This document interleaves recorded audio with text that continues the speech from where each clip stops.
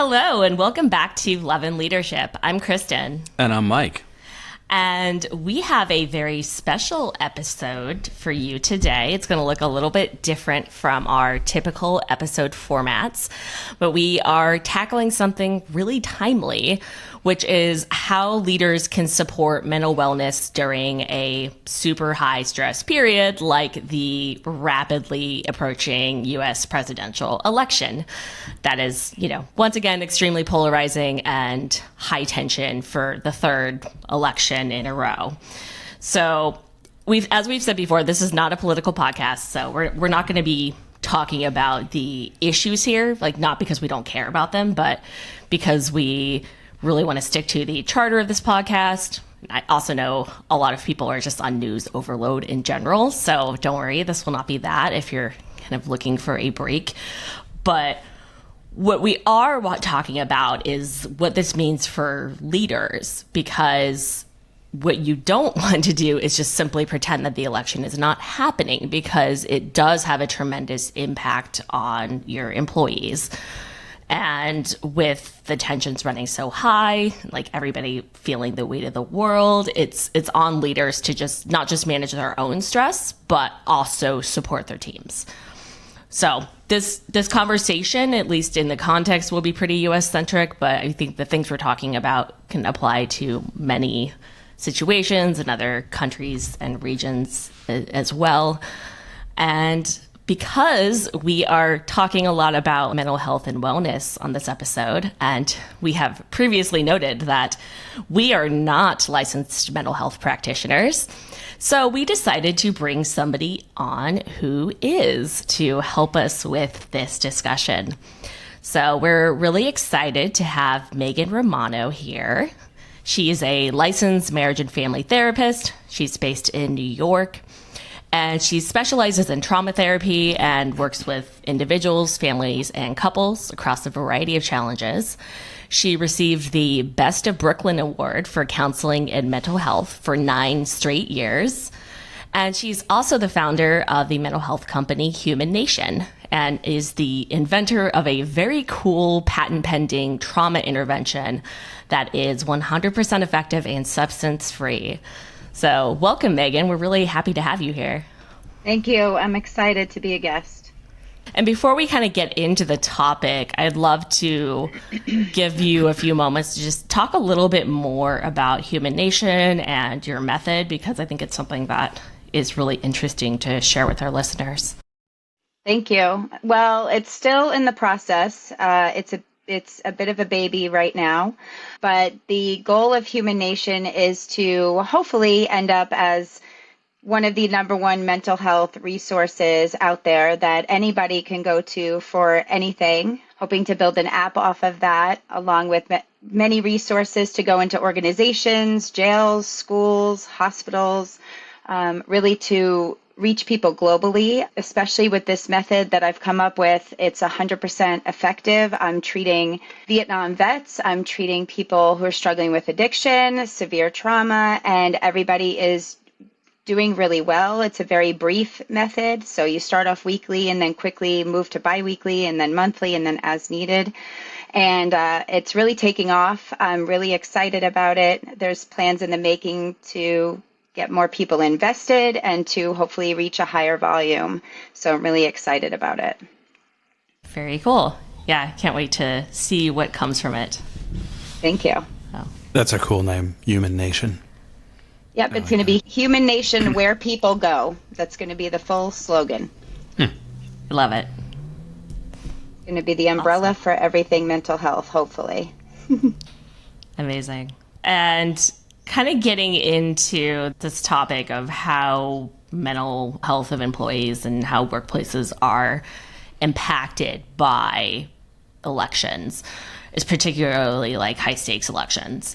I found this interesting study from the 2020 election that found that 79% of employees reported that they were distracted from work during the 2020 election, which is not surprising, but I think also good for people to hear, because I think often what people do in situations where they're not sure how to handle it is they just say nothing. But if you just try to ignore this, you're definitely missing something big that is happening for your team.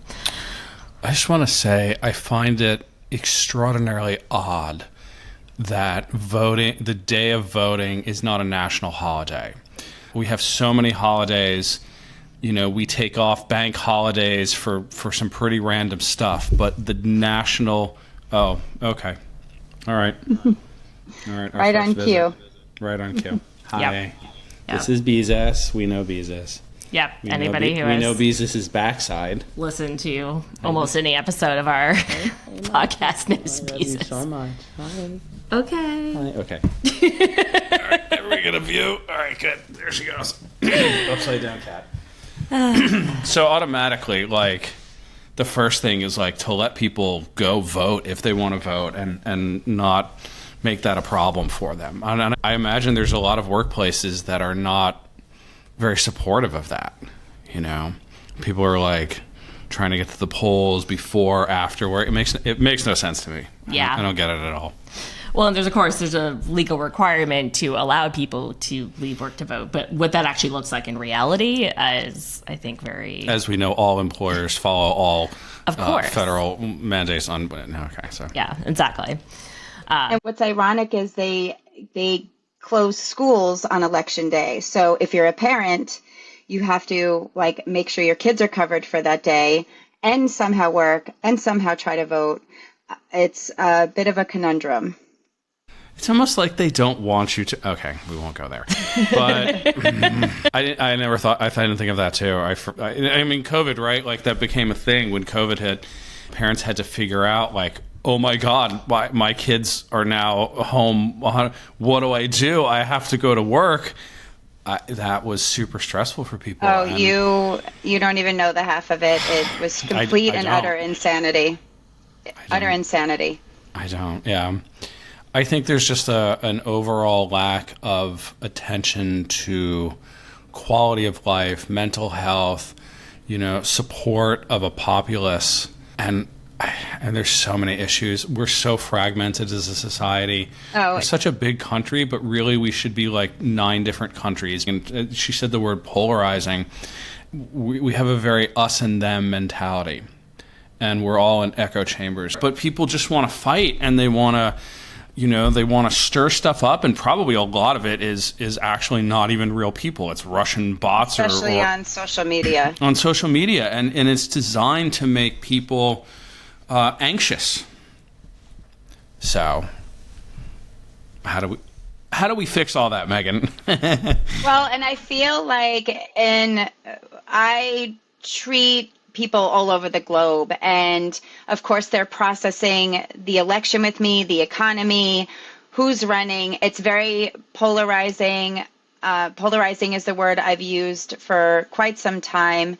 And in my opinion, there's no other way to describe it. I used to live in New York City, and it's one shape there, and then I recently relocated out to Long Island, and it's another shape out here. And even raising kids in this environment, it's very different with what my children assimilate on a daily basis politically. And I feel that everything is based out of fear, that we do everything to keep people and to not feel alone. And people are very fearful about their money. And I think being fearful about your money is driving everything, right?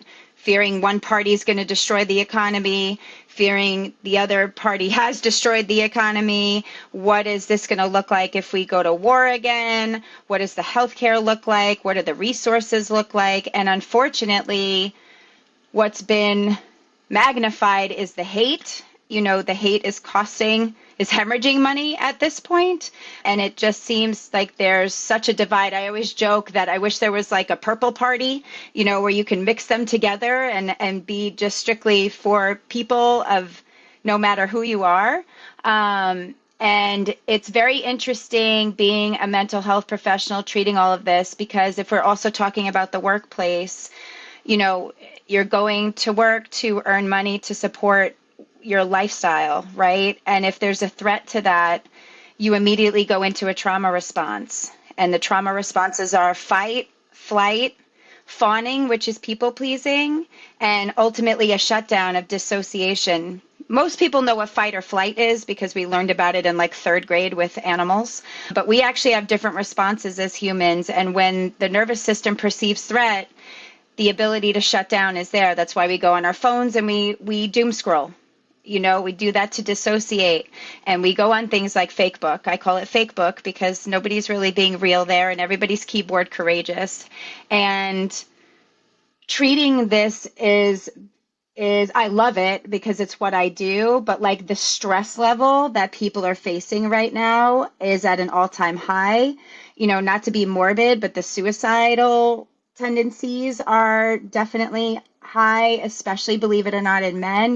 Men, a lot of their worth is wired in their job and what they are bringing home. And if there's a threat to that, it's very scary. And if you have a boss that is not an effective leader who is kind of perpetuating all of this, it can really be very, very difficult to navigate.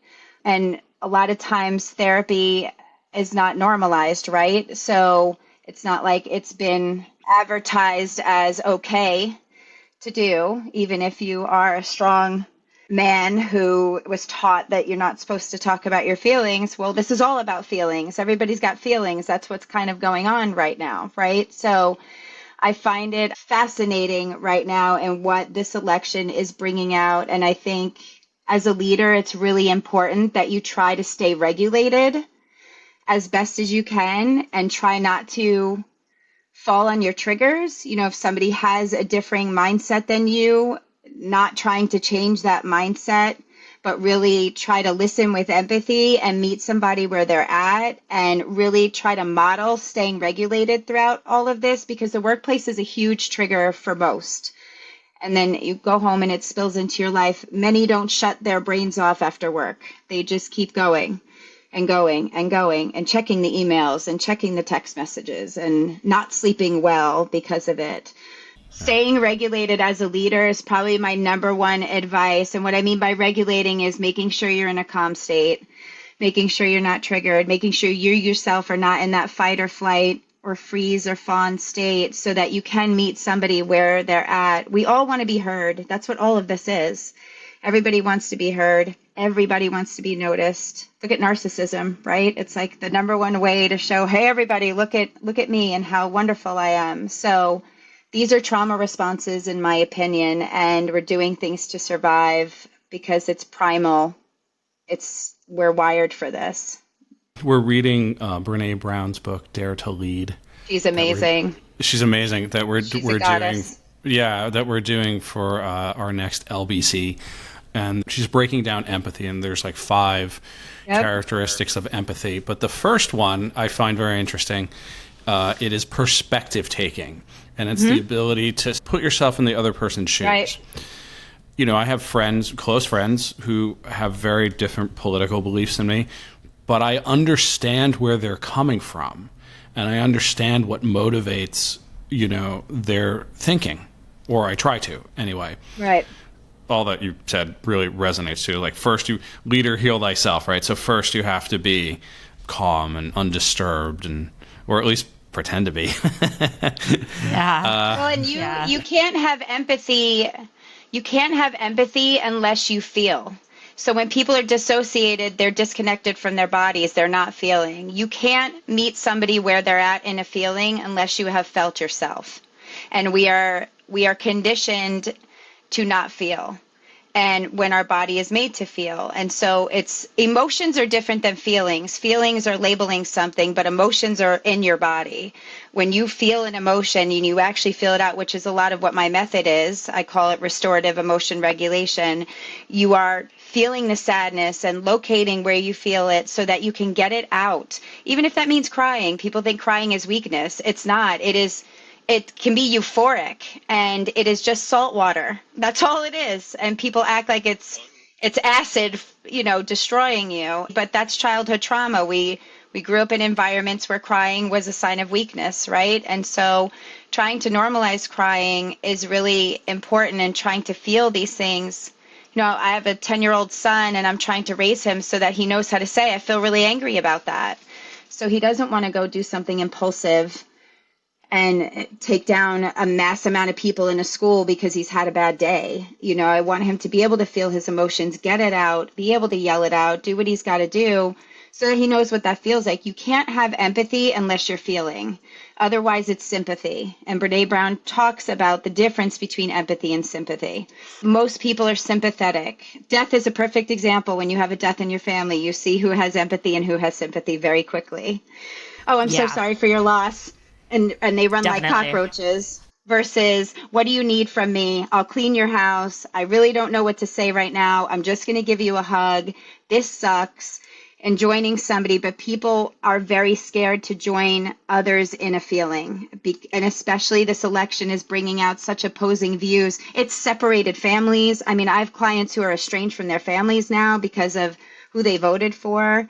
And it's really sad that we haven't perfected the art of just listening, and that we think listening is some hippy dippy stuff, right? It's like, oh, you must be a total liberal because you want to hear. It's like, no, that's just ears, and we're just listening. Like, it's just a main skill for communication. It's not a political party. It's just hearing, so it's when you're a leader and you're not hearing your employees, I think it's just one of the worst things that you could possibly do as a leader, especially with this. Yeah. And we've talked a good amount about listening already on this podcast. I talk a lot about it in my work as well, because it is really a skill that we are not taught at all. Oh, people are awful at it. They're awful. Yeah. Yeah, it's crazy. And it is so important because, as you said, people just want to feel heard. And then how that feeds into that self-management. We're actually going to do an episode, I think like 2 or 3 after this, that breaks down emotional intelligence and what are the different components of that. But having self-awareness and self-management are critical parts of that in order to lead your team well. And being vulnerable is key. Putting yourself out there, not knowing what you're getting back, but doing it anyway is key. That's how you make connections. Back to Brene, she talks about, like, if you have emotional literacy, you're supposed to be able to describe and or feel 30 emotions. And I'm like, I got like 3, and even those are hard to articulate sometimes. You're working on them, I'm sure. Well, sure, but men too, we're the only emotion that we're really taught that it's okay to feel as a man is rage or anger. Yeah, anger. Anger, that's cool because that's manly. And even being able to articulate the difference between, angry and sad can be hard. Yep. I'm almost 50 and it's like I don't 100% know what I'm feeling. I know I'm feeling something, maybe. That's progress. A lot of people don't even know when they're feeling something. Okay, so knowing that you're and I like to break down words. So emotion is literally E and motion. So there's some sort of motion of energy or thought inside you, right? Yeah. And that's why you get visceral reactions when you're triggered. Sure. Where do you feel sadness? Where do you feel anger? You feel it in different parts of your body. And people don't understand that it's all in your body. Your body is screaming at you. We just ignore it, or we over-medicate it, or we numb it out with drugs or alcohol or shopping or sex, or it's like, shh, and meanwhile it's screaming at us no, I got things to say, but we're so in that left brain, in that logic brain dictating everything that doesn't care about emotion. Emotion's all the right brain, and the right brain is connected to all the bodily reactions for when you're triggered. But we stay in our left brain. That left brain loves, I call that left brain my nagging nana. It loves to whisper stuff in your ear, that inner critic that's like, everything is bad, you are terrible, you're never going to amount to nothing, especially if you've grown up with any type of childhood trauma. Those are the inner voices that stick with you. That's how I came up with this method too, not to keep promoting it, but the whole point of it is to align the nervous system to be able to feel an emotion at the same time as talking it out, at the same time as trying to breathe it out, so that you are in a calm, regulated state when it's over. And if we can't feel emotions, we're just not in a good situation as a society. We're really not. Yeah. Yeah, and it's interesting because the definition that you brought up, that part of the definition of emotion is that it is in motion. It is inherently temporary, right? And I think that's, as somebody who has definitely struggled with identifying and feeling my feelings, I think don't have feelings. Oh yeah, totally. You I'm a robot. You're wish. A robot. Not really. I don't. You really do wish that. Look at that. I a little bit wish some it. Truth. But part of, I think, what a lot of people, including me, struggle with is that, like, when you're trying to avoid this big scary emotion, right? But often the act of avoiding it is more it's way worse for than you. the emotion, because the emotion is temporary if you just sit in it. It lasts so long when you avoid it. It lasts so long. The torture lasts, but we were never taught how to regulate ourselves. We were never taught how to identify an emotion or anything like that. But it's in us. It's absolutely in us. If you give yourself time and really tap into these things, you're able to identify an emotion. You know, I used to be a therapist that handed out feelings wheels to everybody. Here's your feelings wheel. Here's your feelings wheel.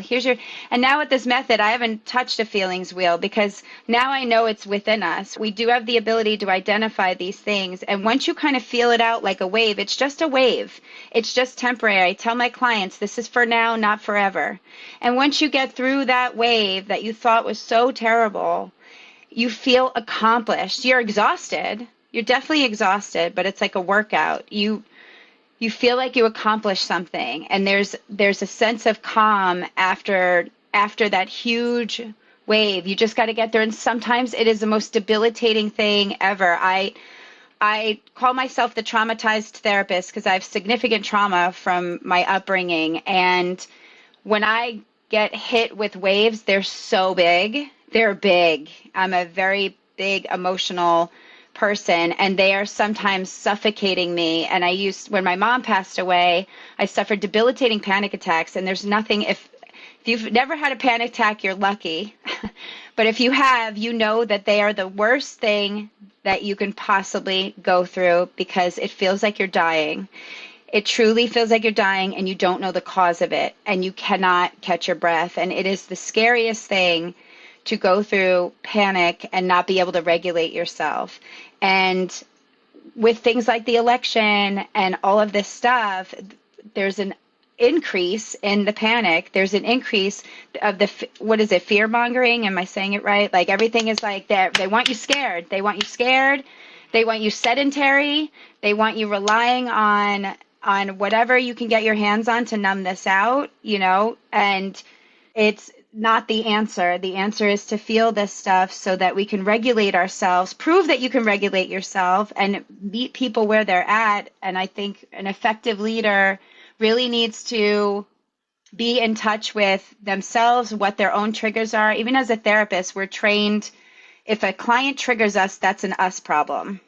It's not a client problem. And we're either supposed to work on that or refer the client out. And I pride myself on not being triggered by clients. Sometimes it may happen, but it's my job to take care of it. And I feel like as an effective leader, that should be the same job. It's like, if you're starting to get affected by your employees, that's a you issue. That's not an employee issue. It's your job to deal with the employee. But you can, if you're not regulated and you're bringing in your own agenda and you're trying to coerce people or trying to force people, it's just going to back people into a corner. And we're in that survival mode. And now look, there's so much going on with this violence and everything else happening that it's really escalated. Well, and then you've created the opposite of psychological safety for your team. 100%. If you're in that stage. And when they're not safe, they go talk, right? They go talk in their little cliques, and then morale goes down, and it's not a good situation. The job of an effective leader, I think, should be to create safety. I have to create safety in my sessions. It's my job to hold space for others in my sessions so that they can process. And I think an effective leader should work on doing things like that, especially to mitigate whatever is happening with the election, and learn how to soothe properly, validate, and try to soothe as best as they can. So I want to go back to something you talked about, and we're right in the middle of Dare to Lead. This episode is actually airing in the middle of the two Yeah. episodes for Dare to Lead. So she talks a lot about vulnerability and shame, but one of the main drivers of all of these things are, fears and unspoken fears. And you talked about the fear of disconnection and Yep. shame. She talks about shame being exactly that. Shame is the feeling and the fear that we're separate from everybody else. Yep. Right. And that, as you mentioned, like the fear mongering, there's a reason to do that. The Art of War 101, divide and conquer, right? The fear And of people money want loss, to be led. Yeah. People want to be led. They want to be led. So they will believe somebody who's talking, even if there's no evidence to back up what they're saying. If that person is confident in their convictions, they're going to follow them. They just are. People are very scared, so they want to hear that somebody knows what they're talking about. When you have an effective leader who is like, I got you, we got this, you're safe, you're okay, you can rest, you can trust in this situation. I think that with this election, a lot of people are not feeling that way and not feeling safe, despite whatever the choices are here. I don't think that everybody's feeling very comforted and safe as a whole, but would never really admit it, to be honest with you. So as leaders, how do we regulate ourselves? It's fine to say that, but, how do we do that? Well, I'm somebody who thought, oh, I can't do meditation. I can't breathe. I struggle with ADHD myself. And I always thought like, oh, I can't sit still enough to be calm enough to breathe and be in my body. And the thing is, that's how I actually came up with this method. But breathing is one of the number one things you can do to regulate, because when you go into survival, your nervous system is perceiving a threat that may or may not be there. And it will cut off oxygen. It will cut off the ability to go to the bathroom. It will cut off the ability to sleep. It will play dead if it needs to. And when you don't get oxygen to that brain, the brain thinks you're actually in a life-threatening situation. So trying to breathe is really, really, really important. I always say to my clients, when in doubt, breathe in and out. If you can just touch your chest and just slowly breathe in through your nose, out through your mouth to try to calm down.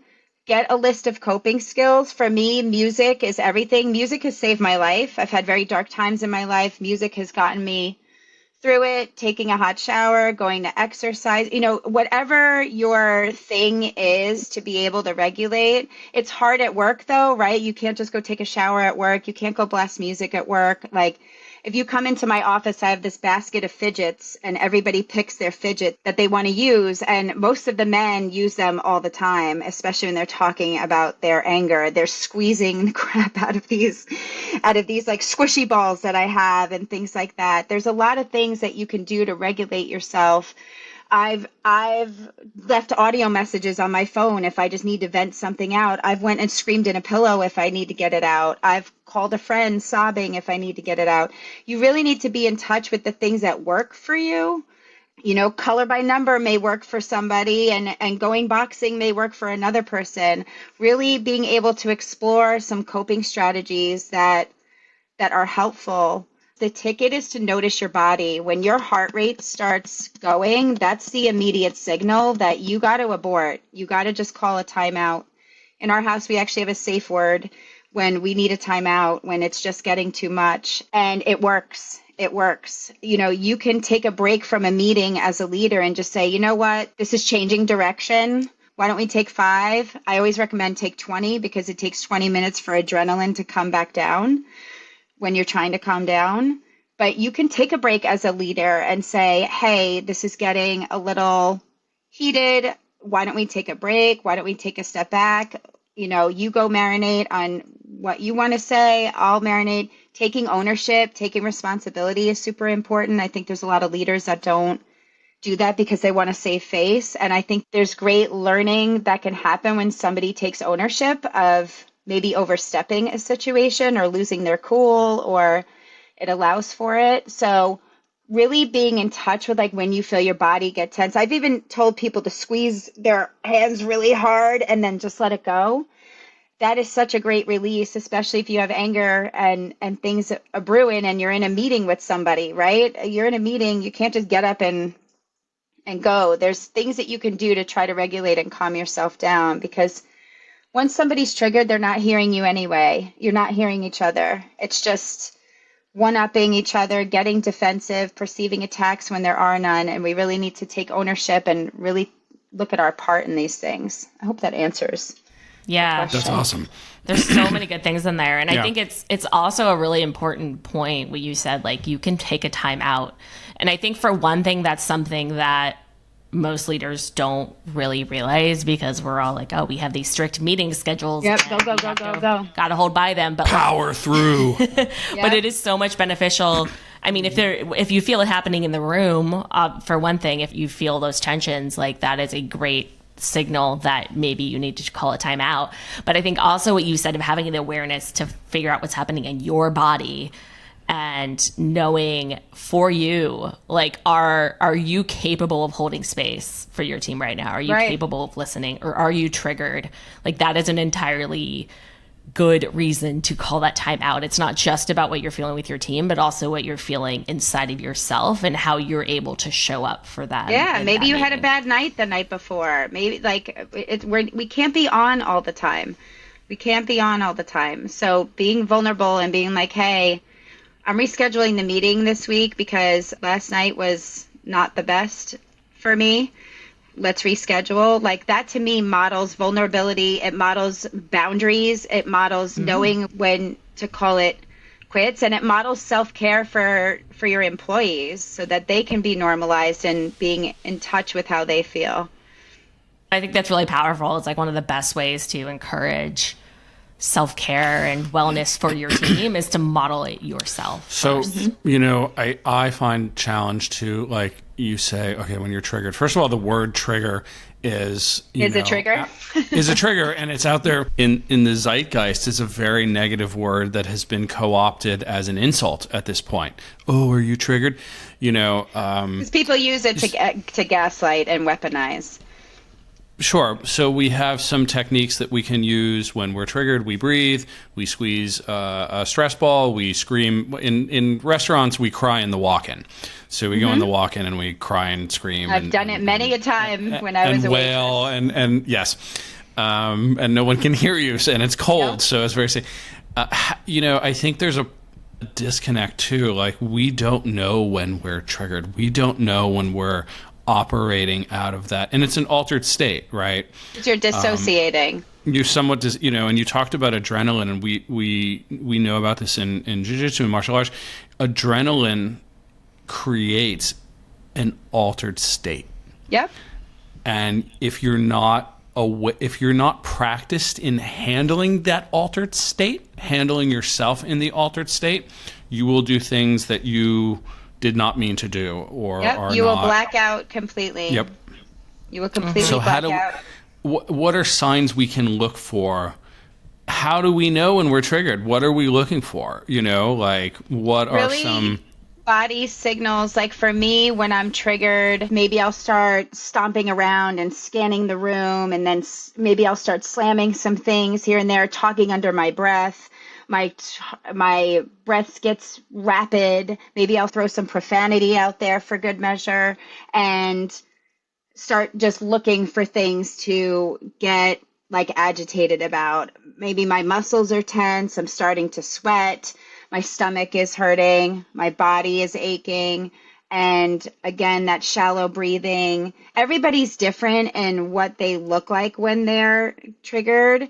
But when we get to that, if you don't mitigate that in the beginning, what will happen is the nervous system will get so flooded that it has too much coming at it, and then it will dissociate. And dissociating is the ultimate trauma response. It's actually your brain kind of breaking off from your body.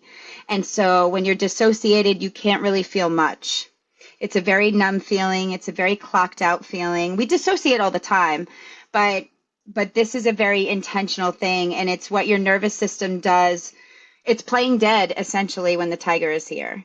And when there's no way to fight, there's no way to people please, all systems shut down, everything completely shuts down, and you're just frozen. And we dissociate all the time. We dissociate on social media. I use social media as a trigger for the method. And what always ends up happening is the client is dissociating, is trying to clock out, is trying to numb out, is trying these things. So when you're disconnected from your body, it's hard to feel these things. And then we make up stories about that, right? Oh my God, I'm having a heart attack. It must be cancer. Well, it's just, no, your body's perceiving a threat. So educating yourself on this stuff, I educate my clients tremendously on their nervous system. My clients are probably some of the most well-versed clientele out there, not because I'm so great, but because I really use psychoeducation, so they know their own body, so they know this terminology. Oh, I dissociated a lot this week, Megan. I was overwhelmed with this. I was overwhelmed with that. Being able to identify what you're feeling, it's really important. I always recommend even writing stuff out and throwing it away is huge, getting those thoughts out. You know, you're in the middle of a meeting and somebody's being a jerk, just writing out, God, Marnie is being the biggest jerk. We'd rather it go out than stay in and just rip it up and throw it away. You know what I mean? There's different ways that you can just get it out, because it will stay in the body and it will trigger. And if we have unresolved things there, it's going to really cause an abreaction. It's going to really cause an overreaction or a bad reaction to something that shouldn't be. Like if my boss wanted a meeting with me, I used to catastrophize and go, I'm getting fired. I'm getting fired. I'm getting fired. I'm getting fired. I'm getting fired. What's right? that like? And it's like, hey, I just wanted you to complete your note from Thursday, you know, and I'm like, oh my God. Okay, I thought I was getting fired, right? It's like the sending the like Sunday night meeting request with no context whatsoever is a great way I love that. to do that. Put it on my calendar, 8 a.m. Monday morning. Okay. Right. I'll be there. Exactly. Yeah. So exactly. I read a cool book called The Upside of Stress. And they talk about post-traumatic stress growth a lot, but there are other stress responses besides fight, flight, and freeze. There are healthy ones that you can turn, even overwhelming stress into. There is a tend and befriend response. Yep. That when you're under, intense pressure or whatever, you look for your tribe. And I remember doing that a lot when I was in a hotel that was very stressful. It's like I wouldn't know how to deal with it, but I would just talk to some of my kind-hearted team members, and I would start to feel better. I was like, okay, I'm not alone in this. Again, people you can trust. People you can trust, the fear of disconnection, the fear of isolation, and then you're in some trauma shame spiral. And then there's also one that's a challenge response, because your body, when you feel stress or danger, there's a chemical reaction, right? It'll have a hormonal reaction, which are sort of gross control mechanisms for the body. They're very rough things that are designed to help you in a very kind of non-specific way. So you'll feel that, and you go into the meeting or whatever, and you're having an adrenaline response. Yep. And your body is producing and adrenaline. cortisol. And cortisol, right? But if you can change your brain to think that this is just a challenge, my body's getting ready for this challenge, you can control that response a little bit. And in this book, they actually found even hearing that one time drastically changed people's ability to deal with stressful experiences. And they also found interesting things where people who had experienced PTSD, they gave them more cortisol or something. I got to look back right afterwards, and it helped them transmute the experience. Yep. So body reactions is kind of the thing I'm hearing in all of this. There's stuff going on in your body. Regulating emotions. Yeah. Regulating emotions. That is where everything is at. Regulating, allowing yourself to feel it and get it out. We're not trying to push it aside. Sometimes it comes up when we don't need it, and we can do things like contain it and put it somewhere temporarily, but we do need to get to it. It's essential. And that's what, if you can feel your emotions, you will develop empathy. You will develop empathy, because when somebody says, oh, I'm so sad, I lost this person in my life, you can connect with sadness and go, oh, it's the worst. I've lost a parent, and I always say when you lose a parent, you're a part of a club that nobody wanted to be a part of, right? But there's great peace when you meet somebody else who's lost a parent. It's like this unspoken thing. Like we're in this club now. Like we're in this club where our parent is no longer, and death is very final. Ambiguous grief is different. Ambiguous grief is when you're grieving the loss of somebody who's still alive. Ambiguous grief is a lot more complicated, but death is very final. And so when my mother died, I got a lot of sympathy, but not a ton of empathy. And the ones who stuck around the longest were the ones who were the empathetic friends who, on the death anniversary will send me a little, hey, just thinking of you today, because she was nice enough to pass on New Year's Day. So there's that. But so they're reminded New Year's Day is when my mom passed. So those little texts mean so much. And it's like, oh, they get it. Like when somebody gets it, even a therapist, I could be the most well-trained person in the world. I could have all these fancy degrees and be a part of the things that I'm a part of and all of these things. But like, if I can't establish a relationship with a client, all that doesn't matter. It's all about relationships. Like if we can't establish and maintain relationships, we have nothing. We have nothing. And that's what campaigning is, right? You're out there schmoozing for the relationships. You're trying to build this relationship, whether it's based on false pretenses or not. You're trying to get the people, right? And you're trying to get them by the masses, and you're trying to say what they want to hear and soothe these things and whatever. So, and that's why I think this election is so polarizing. You have these two very different things coming up, and using things that are very, very sensitive to us. Our money, our livelihood. We're working hard, and a lot of us don't have a ton to show for it, and we're scared. So it's hard to believe who's talking when it's so polarizing. It's interesting. The polarizing, the word again, it's poles, right? It's magnetic, north, south. They're the opposites. And I actually heard someone talk about, I don't remember who, that the U.S. political spectrum is actually far more narrow than what we're led to believe. That if we were in a lot of other countries, it would really be the same political party. That the spectrum of left and right, like there's so much more on the political spectrum than we really deal with here. They're very kind of. Oh, here we go. Oh my God. Right on. Beezus. Beezus, no. Oh my God. Beezus, no. Did she triggered Siri? Okay. For anybody who's not watching the video, Beezus just literally walked over the keyboard. Hi, Beezus. My laptop. I think the real message, we can all regulate like cats, and when in doubt, take a nap. Yes. Right. Yeah, right. Stress, we take have a nap. to normalize Angry, rest. take a nap. We do have to normalize rest, because we're in a society where it's like, if you have time to lean, you have time to clean, especially in New York. And I can't tell you the amount of clients I'm working on with just self-care and resting and giving yourself permission to not do anything. It's crucial. Yeah. Maybe get a cat. As Mike is just holding her. An office cat. I think what's been really interesting about this discussion is that, we're talking about how can leaders encourage mental health and wellness within their teams. Like the overarching point is that you have to start with yourself and with understanding and regulating your own emotions first, and doing whatever coping mechanisms, whatever self-care you need to do that. Because if you don't do that, you're not able to show up for your team. You're not able to do the other things that they need, which is listening to them, like really being present. And checking in, an authentic check-in. Hey, Sandra, how are things going? Right? Like, and really investing in the livelihood of your employees. Yeah, for sure.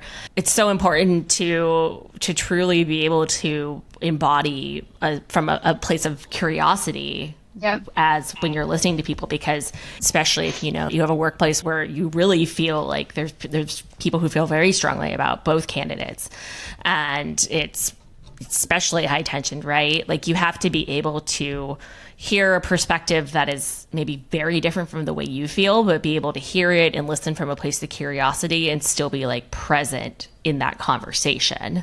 But you can't do that if you don't take care of yourself first. Nope. And there's a saying, listen to learn, don't listen to respond. We're always listening to respond because we're on the defensive.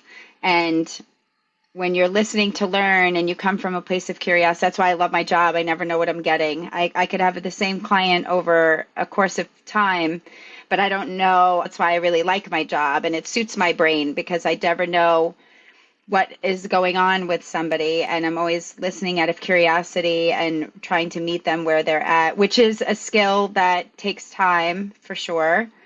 And being yourself, I use humor a lot in my sessions. I'm told that it helps. Of course, self-deprecating humor can get you everywhere, but showing a softer side doesn't mean you're weak. It means you're authentic and being genuine and a person, and people need that. They need to be led by somebody who's genuine. Absolutely. Yeah, I'd love to get your take too, Megan. You've given so many great tips for like all these different ways that you can help regulate yourself in the moment, everything from breathing to, you've given many of them, right?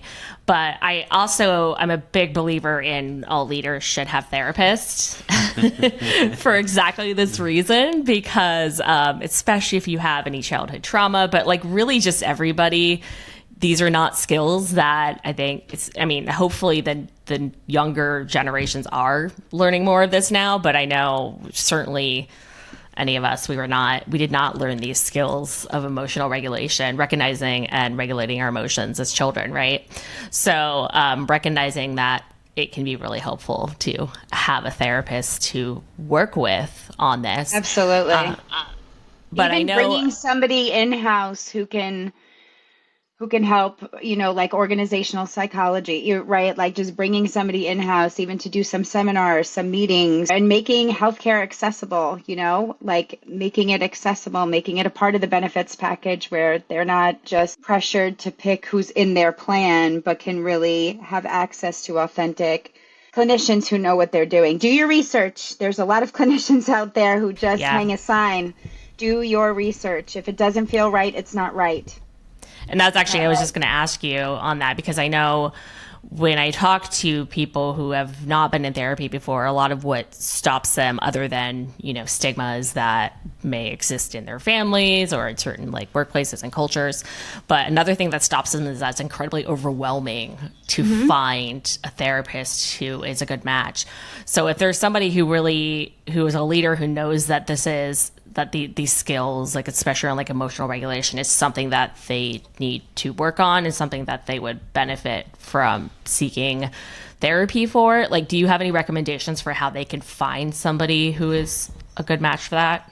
A majority of therapists advertise on Psychology Today, including me. Psychology Today is a good place to start, because you can put your insurance information in. You can put if you want a male or female, religious background, what modalities, what specialties are there. I would start with Psychology Today. I think that's a really good resource. Call your insurance company directly and see who they recommend. Again, when an insurance company is giving choices, they're just giving who accepts insurance. So you really have to weed out. I would pick people on Psychology Today and BCC email several, and have phone consultations with each one and see what fits the best. If you know a friend who's in therapy, ask your friend, do you like your therapist? If so, I get a majority of my referrals now, especially through the method, are personal referrals at this point. Oh, my aunt went to see you. She said you were great, that kind of thing. So if you know anybody in therapy, I highly recommend that. ZocDoc is also a decent resource if the therapist is actually listed on there, ZOC, DOC. And some of us are registered, like I'm registered through the American Academy of Marriage and Family Therapists, or I'm a part of the American Academy of Experts in Traumatic Stress. So any of these well-known organizations can help too, because we have to you're paying for a membership to be a part of it. It means that your credentials have cleared. So and do your homework for sure. But the resources are out there, and just try it. Just try it, because if it works and you find the right person, you can move mountains. You really can. And it's nobody's business. You don't need to tell people you're in therapy. It's your own private thing. It's not anybody's business. You share as much as you want. You share as little as you want. It's your own private thing. For sure. Those are all great suggestions. And I think it's also worth noting, I think a lot of people wait until they're in crisis. So you're in a state of depression to find a therapist, and it can be extra difficult when you're in that state. So like you don't need a reason, like being in a state of depression or anxiety. Like you don't need to actually be diagnosed with something to seek therapy. It can absolutely just be something that it's just is having there a person. to improve how you process things, how you show up ultimately. Like, so I think that's and somebody really worth that's noting for as well. you, someone that is for you and nobody else, like for you. In those 45 minutes, that hour, it's just about you. And anytime you feel like it's not about you, it's the wrong therapist. I love it. This has been fantastic, Megan. I think we're definitely going to have you back again, because I feel like there's so many topics we can discuss in the realm of mental health and leadership in the workplace. But yeah, thank you so much for being here and for giving your takes. It's been fantastic. It was my pleasure. Thank you. Yeah. You're welcome. And for our listeners, we will have links to Megan's therapy site as well as the Human Nation site. Trademark. Human Nation trademark site, yes, as well as a link to her new Instagram account. You can find all of those in the show notes. And we would also love to hear what you thought of this episode. And if you have anything you really want to hear next, or if you have any questions, we will probably eventually do a Q&A episode. You can always reach out to us at loveandleadershippod@gmail.com, or you can DM us on our Instagram, which is at loveleaderpod. With that, we will see you guys next week. And thank you so much for listening. This was great. Thank you. Thanks, Megan. You're welcome.